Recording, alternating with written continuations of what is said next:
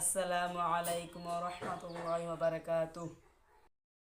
আপনারা দেখতে পাচ্ছেন পাখি অ্যান্ড আলামিন মিডিয়া পক্ষ থেকে আপনারা দেখতে পারবেন তারাবি নামাজ দ্রুতভাবে পড়া যায় কিনা তার বিষয়ে আলোচনা করবেন ডক্টর জাকির নায়েক। আপনারা ভিডিওটির সঙ্গে থাকবেন, ভিডিওটি স্কিপ না করে শেষ পর্যন্ত দেখবেন। অনেক ইমাম তারা খুব দ্রুত কোরআন পাঠ করেন তারাবির নামাজের সময়, তার মানে কিয়ামুল লাইল। এছাড়াও তারা খুব দ্রুত রুকু আর সিজদা করে, এতে করে জামাতে থাকা অনেকের জন্য নামাজ পড়াটা খুব কঠিন হয়ে যায়। এভাবে নামাজ পড়ার কোনো অনুমতি কি আছে?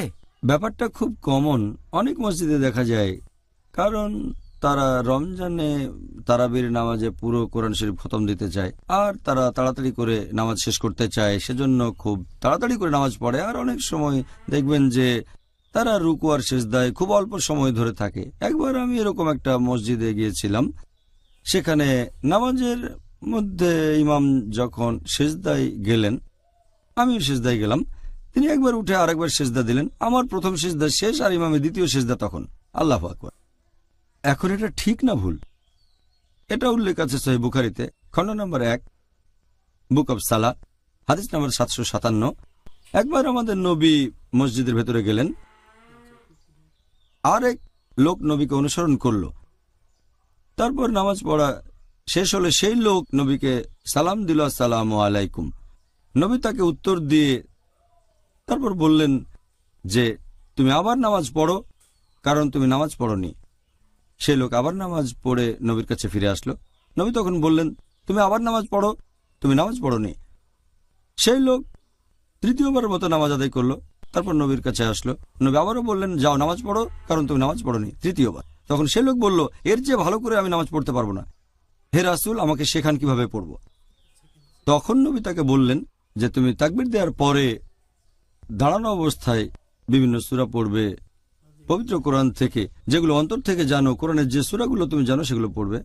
তারপর তুমি রুকু করবে এবং রুকুতে গিয়ে প্রথমে তুমি সুস্থির হবে।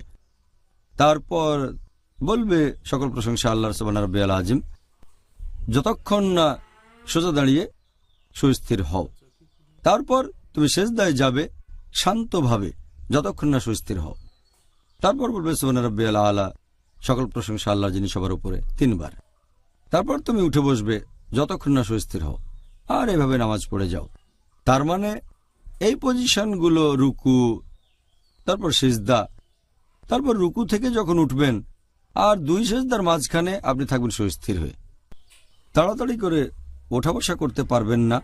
যদি এমন করেন, ধরে নেওয়া হবে আপনার নামাজ কবুল হয়নি, যেন আপনি নামাজই পড়েননি। তাহলে যদি তাড়াতাড়ি করে তারাবির নামাজ পড়েন, রুকু সিজদা বা খুব তাড়াতাড়ি, ধরে নেওয়া হবে আপনি নামাজ পড়েননি। তবে সবচেয়ে ভালো যদি ধীরে ধীরে পড়েন, শান্তভাবে। যদি মনে করেন 20 রাকাত পড়তে আপনি পারবেন না, তাহলে 8 রাকাত পড়েন, তবে সেটা শান্তভাবে, সুস্থির হয়ে আর ধীরে ধীরে পড়বেন। সবচেয়ে ভালো সুস্থির হয়ে ধীরে ধীরে আর লম্বা সময় ধরে। তারাবি হবে লম্বা সময়ের। অন্য মসজিদের সাথে প্রতিযোগিতা করবেন না, যেটা প্রায় দেখা যায়। অনেক মসজিদ এমন প্রতিযোগিতা করে যে কার আগে কে তারাবি শেষ করতে পারে। হ্যাঁ, ব্যাপারটা বেশ দুর্ভাগ্যজনক, তারপরও কথাটা সত্যি।